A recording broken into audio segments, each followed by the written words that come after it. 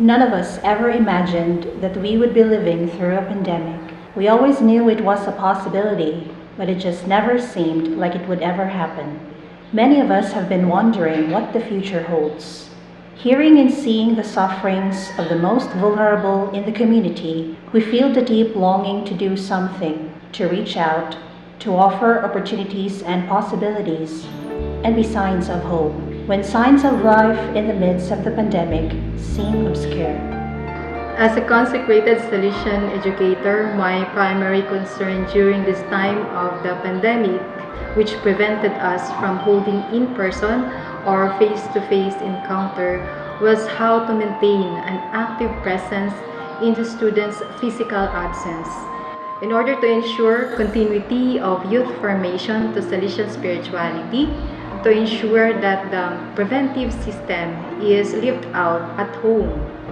The creative response of the educating community of Mary Our Help during this time of the pandemic came in the form of regular virtual assistance using social media, hold regular advising and consultation that they may become good Christians, honest and responsible citizens of the country.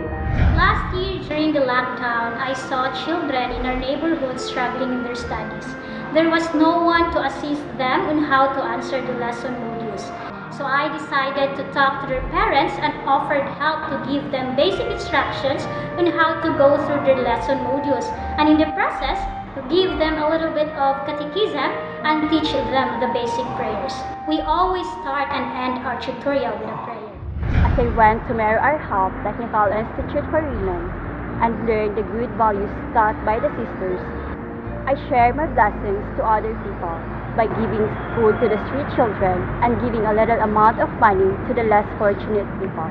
I am committed to allocating 10% of my profits of my online selling business to share it with the needy.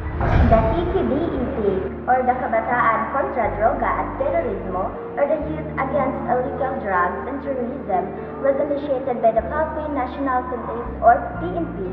I have sworn, together with my fellow youth leaders, to combat illegal drugs, terrorism, and crimes.